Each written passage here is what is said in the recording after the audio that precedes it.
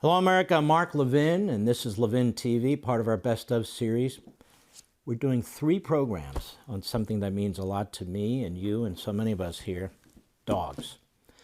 And we spend a lot of time on dogs because they bring us joy, don't they? Now in this particular episode, we're going to look at heroic dogs. This is where freedom rings.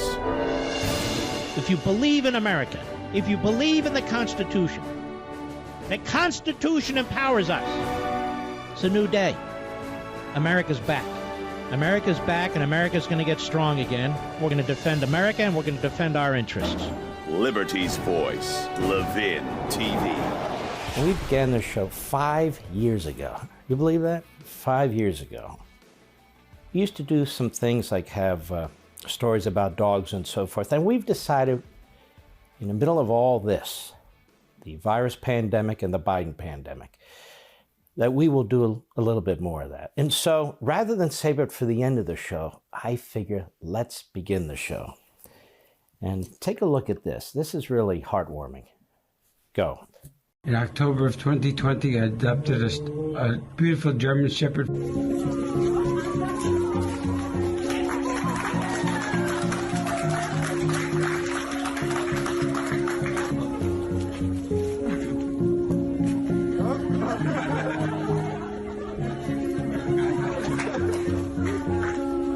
After suffering from COVID in December, in January I had a stroke. And I didn't realize I had the stroke because I was sleeping. When I got up to use the bathroom in the night, I fell straight down onto the floor and could not get myself up. Sadie came running to my side and was very concerned. She was licking my face and trying to keep me awake. As I struggled to get up, she became more and more distressed. It occurred to me that perhaps I could use her weight as a counterweight to pull myself up. Once I grabbed onto her collar, Sadie immediately or instinctively started to pull backwards. She was able to pull me to safety, and I was able to get myself the help that I needed. I intend to spend the rest of my life giving her the best life I can. I encourage everyone to adopt one of these shelter pets. The love that you give them is returned to you tenfold. I want to tell you guys something. I can't tell you everything. It's just too personal. That is my Sadie, Barney. And I'll tell you, and I wasn't planning on doing this,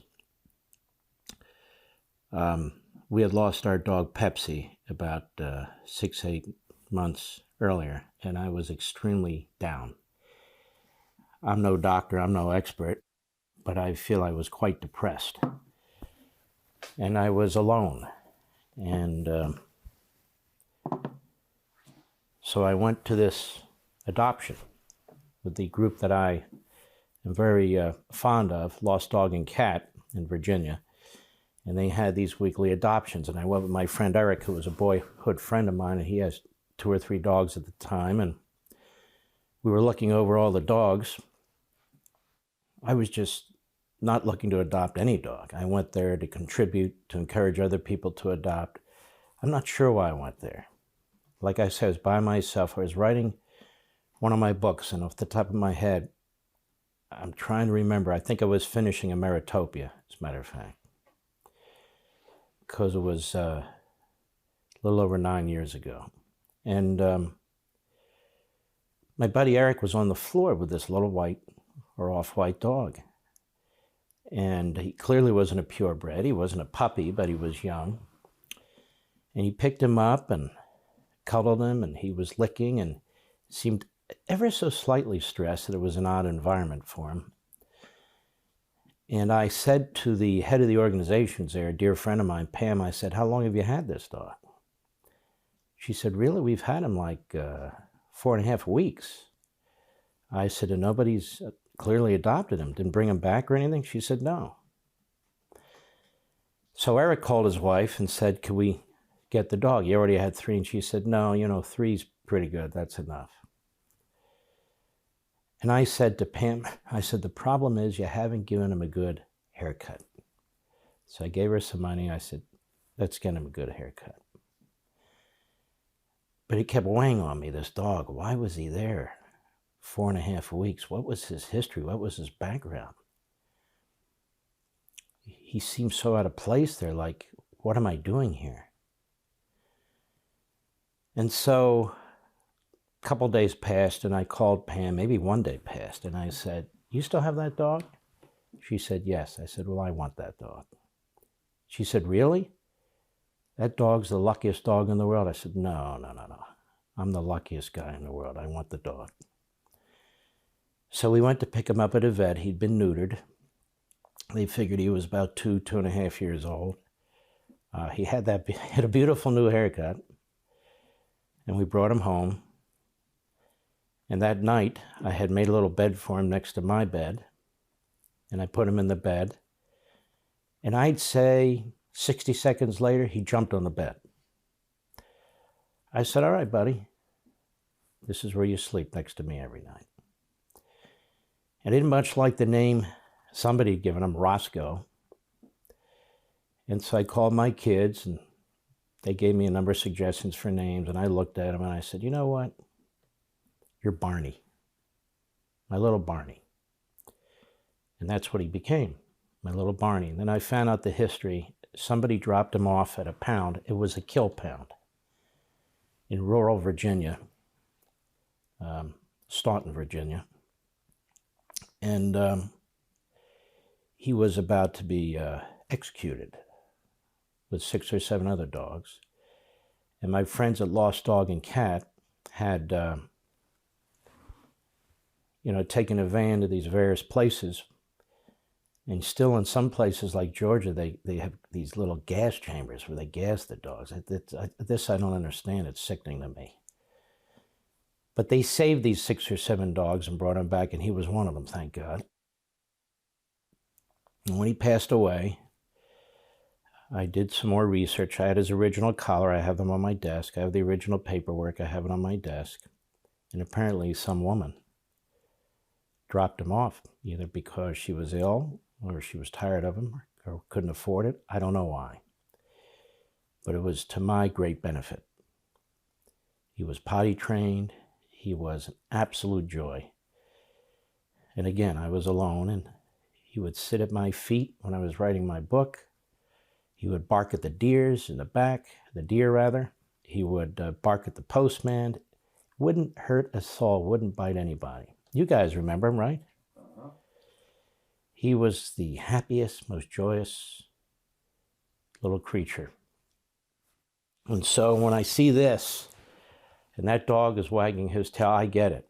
Because every day, when I would come into the house, running an errand or going to the studio or whatever I'm doing, my Barney would react that way, like he hadn't seen me in a year. And so, maybe I'm a little weird, but when Pepsi passed away and Griffin passed away, the 2 dogs before Barney, and I keep a little yellow stick-em notepad. And every week I put a notch. Every week I put a notch. And I've done the same with Barney. I stopped with them after 6 or 7 years. And now I do it with Barney. And last week was week 42. So that's my Barney. We're going to do more of that. We want to start our program off with a dog. We love dogs here. In fact, I must confess, I love dogs more than some human beings. Just the way it is. And we try to bring you some funny dog stuff, some happy dog stuff, before we jump into some of the inane human stuff. So let's take a look. This is Crate 2, I believe that's how you pronounce it, steals the show at Crufts, which is an international dog show, which none of us watch. But let's take a look at this. Go.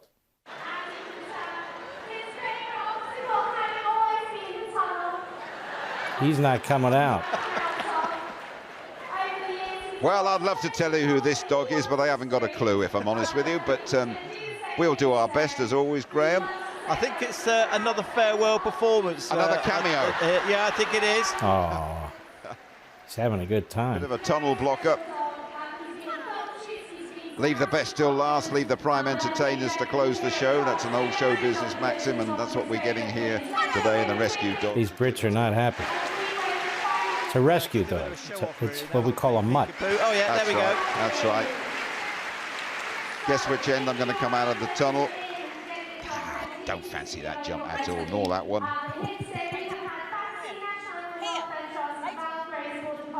He smells all the other dogs. It's almost a game. It's almost a bit of Mickey taking from the dog. Now that's definitely against the rules. I promise you. Wow. Because I'm a judge, you know, and that is against the rules. That has to be a few faults, that. He's happy. This will be the first time I've actually seen a dog take a chunk out of an obstacle. He's having a blast. The taste as well, I think. What a rascal. Absolute rascal. He wins in my book because that's the kind of dogs I've had over the years. And always miss them too. A dog story, and you know we love our dog stories. This from Good Morning America some time ago. A woman with type 1 diabetes has this beautiful alert dog who helps save her life. Go.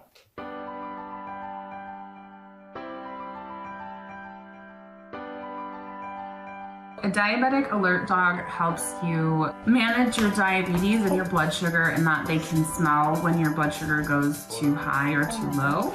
Oh, it's a very aggressive poop.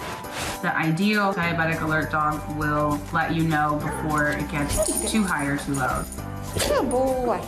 Good boy. They should come to you right away and be like, hey, something's going on. You gotta take care of this right now.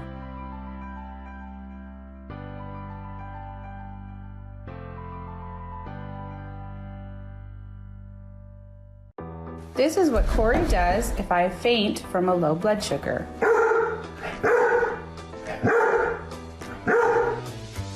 And he keeps barking until help arrives. Here I have a t-shirt I wore when I had a low blood sugar. I take the shirt and I hide it under my sweater. He alerts me by booping his nose into my leg. Good boy! He also brings me my juice bottle, which is in the same place, so he always knows where it is. Good boy! Corey is a goofball. He is afraid of the floor. I've put his yogurt in his box, and he will not come to lick it. Come here. Look at how afraid he is, and he won't even walk from this into his box. Something happened with the floor, and it was something around a corner. It was from one day to the next. He did not want to walk on our floors.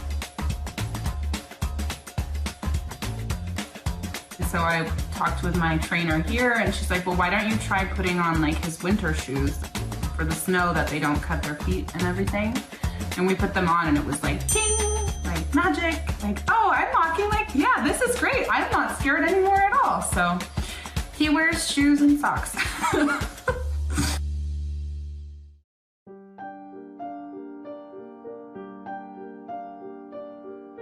I think it's like a good 90% of my day is just thinking about it. There's no break from diabetes. 24/7, 365 days a year.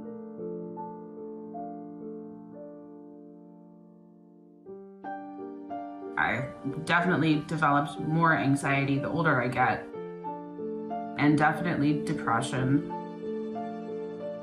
Because you're just trying to live a normal life, and diabetes doesn't let you live a normal life. You have good days and bad days. My boyfriend's a super deep sleeper. I'm a deep sleeper.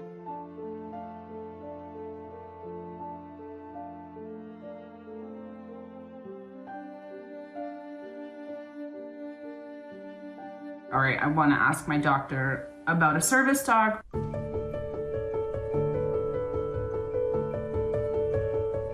Corey and I are going to show you what he does at night when my blood sugar is low. For right now, I'm going to take my low t-shirt and I'm going to hide it under my blanket so that he has the smell of the low. I lay down in my bed for a few minutes and pretend like I'm taking a nap.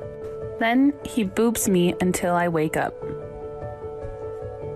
Good boy. He also goes and turns the light on so that I can see where my juice is and where my meter is. Light! Good boy! Amazing. And for me, it's really especially important that he wakes me up at night when things start to go low, because I don't hear it and then I won't wake up. He's always right. We're going to show you how Corey alerts for high blood sugar. I put these towels on me when I had a high blood sugar. I'm just going to hold the jar close to his nose. His alert for highs is spinning around in a circle. Show me! Good boy! I mean, he is the best. He just like brings joy. Even if I'm having a super bad day, like he is just lights up my face and he makes me laugh, and he's really helped a lot with anxiety and depression too. He's just a great little dude and I love him so much. Beautiful, beautiful, beautiful, beautiful. Dogs. Pure joy. Mr. Executive Producer here just got a puppy, 9 weeks old. And your other dog is how old, David? 13 and a half, and they're getting along great because he lost a beautiful dog a little bit back, and it's very tough, very, very tough. Anyway, wanted you to see pure joy. And I like dogs more than many human beings, I must confess, because they're not evil. And even the ones that bite and are aggressive, it's not because they're evil, it's because that's the breed or that's what's in their brain. But I'll tell you, you want to see a hilarious dog that thinks he's Einstein? Well, that's what we're going to start off the program with. Don't worry, we'll get into the grist. But let's look at this first. Go. 10, 9. Lola kind of taught herself to play hide and seek. Let's see. She's so intelligent that she would just scoot herself under the chair so I don't see her. I've never seen a dog do that before. Let's see what... I am Dutch Richard, and this is Lola's story for Geo Beats. I taught... Lola is like, I don't even know how to explain it. Stop giving me attitude. You need to take a bath. You need to take a bath. Lola's funny. Go pee-pee. Oh my Lord, smart. She's also human. My friend Ava texted one morning and told me that there were some puppies that needed a home. Lola caught my attention right away. It was her and a bunch of her siblings with a sign on the yard that said, "The puppy's looking for a good home." They were all cramped up in one crate. Sit.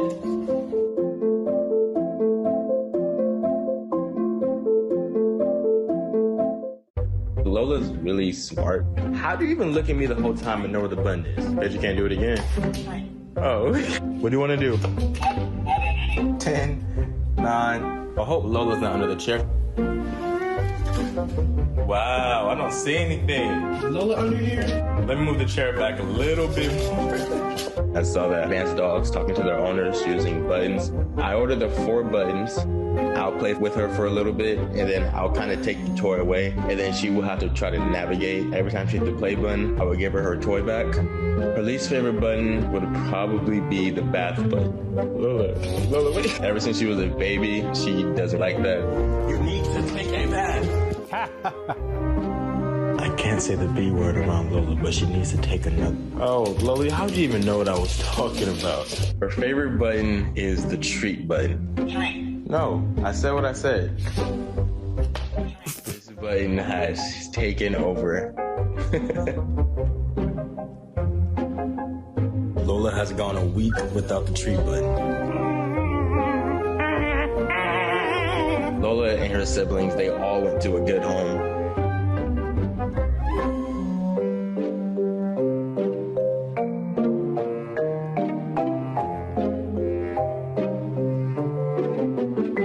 Everyone asks what breed Lola is. Lola is a Siberian Husky, Belgian Malinois, Chihuahua, and Lhasa. Our bond is really strong. I got Lola over quarantine, and everybody was home all day, so Lola and I would just spend every hour together, 24/7 in the house. Lola, just let it go. It's gone, Lola. Lola has made my life so much happier.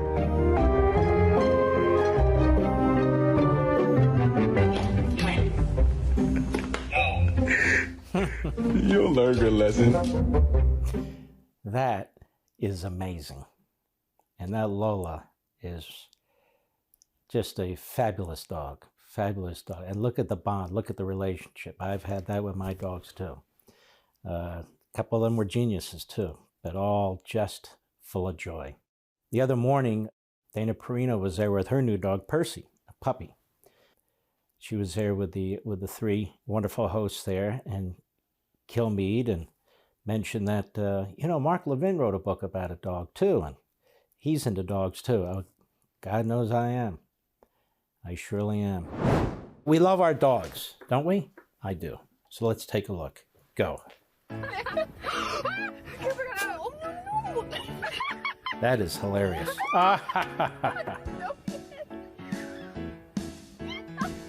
Oh, jeez.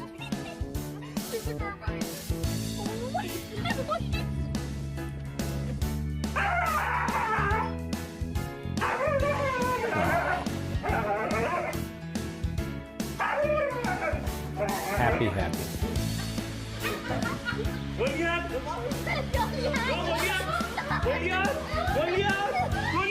Oh! Get in there, big boy, and help your dog.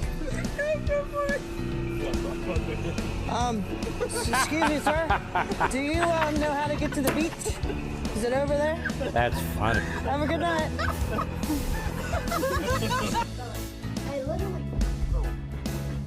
Oh! Look at that. Yeah.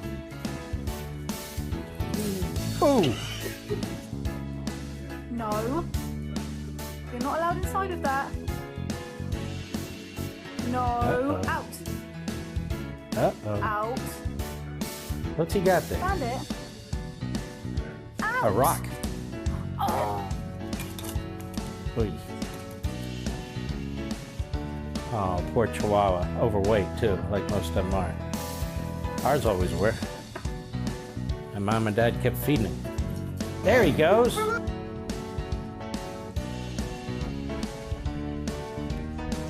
Oy. Hi. That's great. Uh-oh. May have a conundrum.